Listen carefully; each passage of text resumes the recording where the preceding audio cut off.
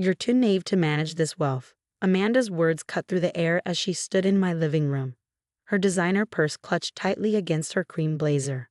I did you a favor, Sarah. That land was just sitting there doing nothing. I stared at the documents scattered across my coffee table, my hands trembling as I processed what my sister-in-law had just confessed. The 50-acre property my grandfather had left me, the beautiful Montana wilderness I planned to preserve, had been sold without my knowledge or consent.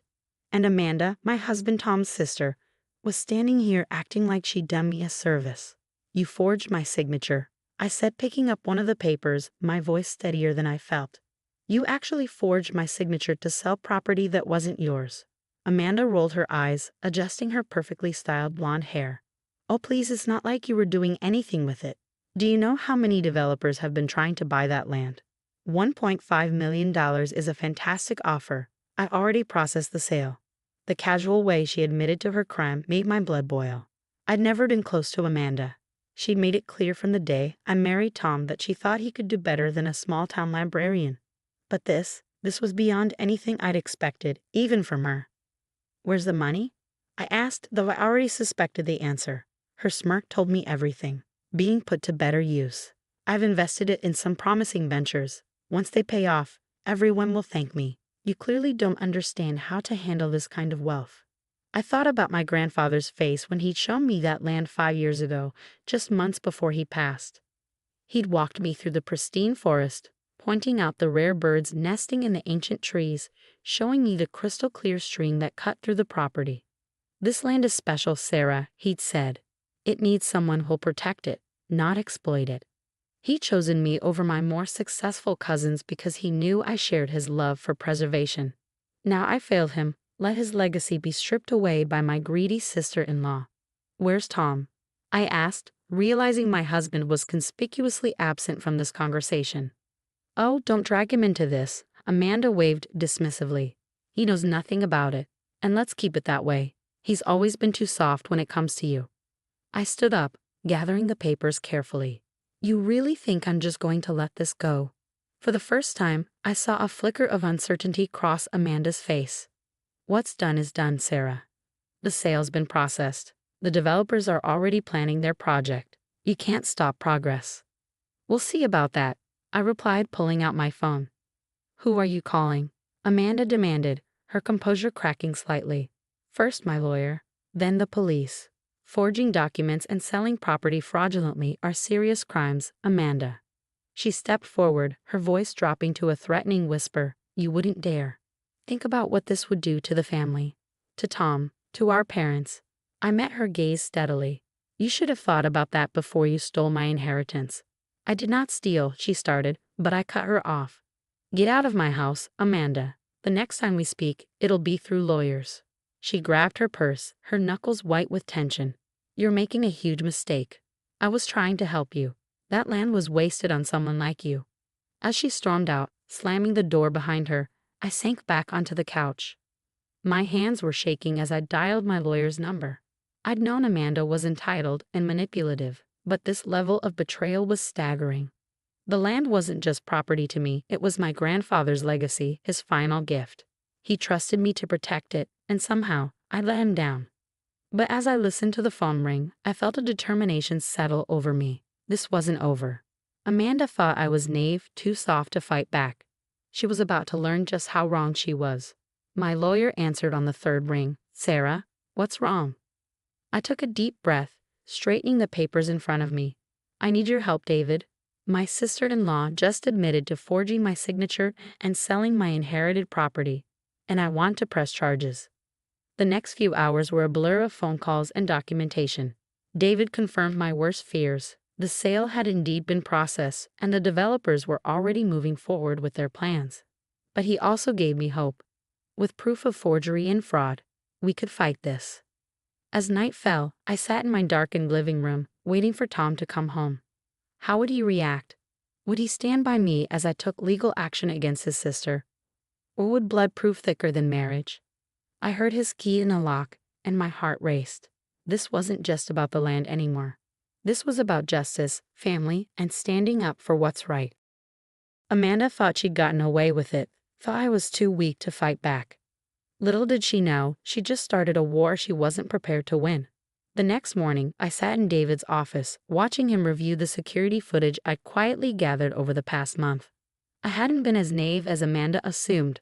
I'd noticed small things going missing from my home office, documents being slightly out of place. So I'd install cameras, telling no one. "This is excellent, Sarah," David said, pausing the video that clearly showed Amanda rifling through my files late one night when she'd stopped by to drop off some of Tom's old mail. "Between this and the forged documents, we have a solid case." Tom hadn't come home last night. After I told him what his sister had done, he'd stood in silence for a long moment before grabbing his keys and walking out. His only words, "I need time to think." "What's our next step?" I asked, pushing thoughts of my marriage aside. I had to focus on the immediate problem. "I've already filed for an emergency injunction to halt any development on the property," David replied, shuffling through papers on his desk. "But we need to move fast. The developers have already started preliminary work." My phone buzzed. Another message from Amanda. "The developers won't stop just because you're throwing a tantrum. Be reasonable." I showed David the text. He frowned, adding it to his growing file of evidence. "She's getting nervous. Keep documenting everything." As if on cue, my phone rang. My mother-in-law, Margaret. I let it go to voicemail, already knowing what she'd say. Sure enough, her message was exactly what I expected. "Sarah, darling, we need to talk about this misunderstanding with Amanda. She was only trying to help.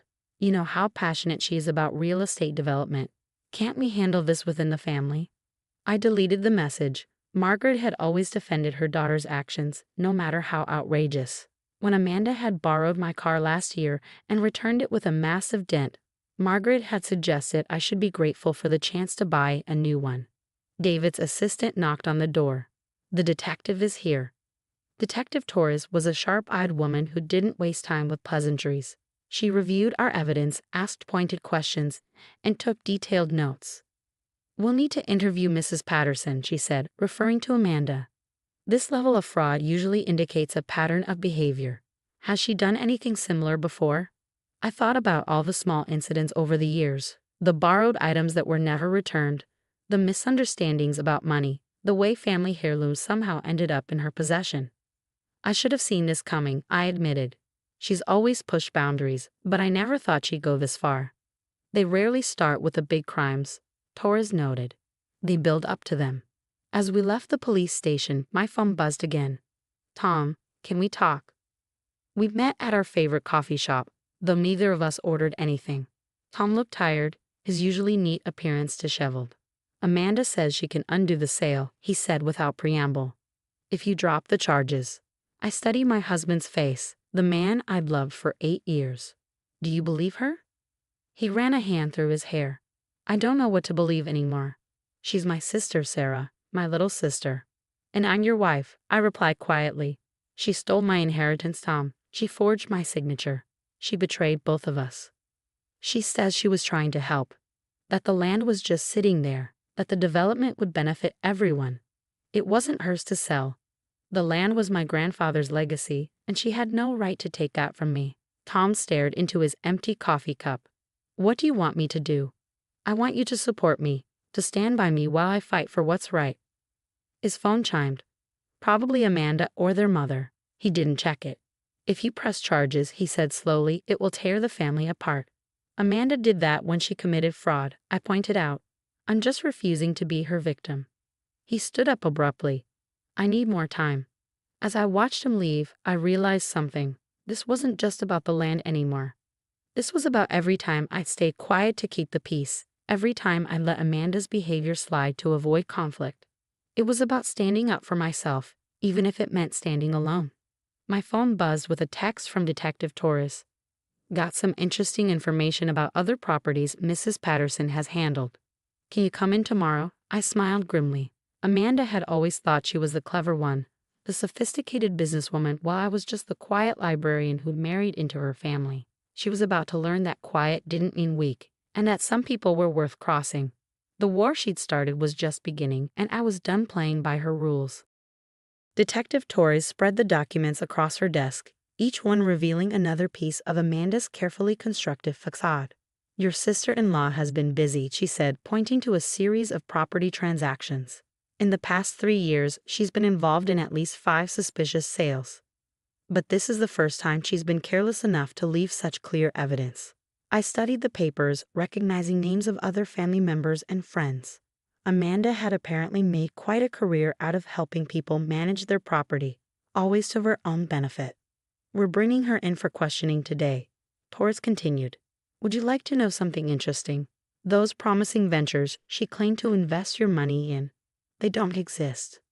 My phone buzzed. Margaret again. This time I answered. Sarah, please, she began, her voice trembling.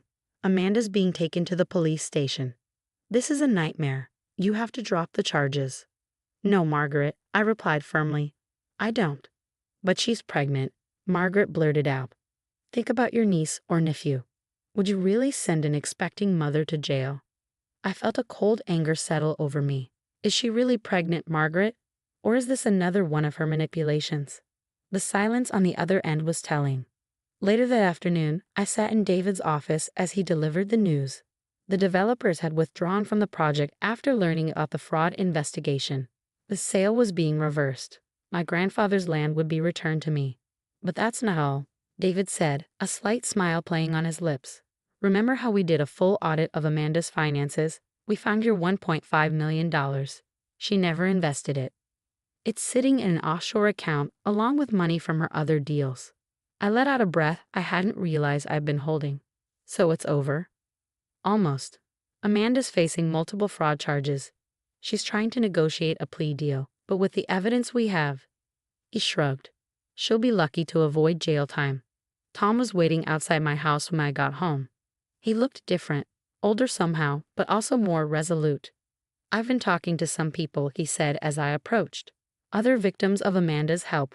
I had no idea how long this had been going on. How many people she'd hurt.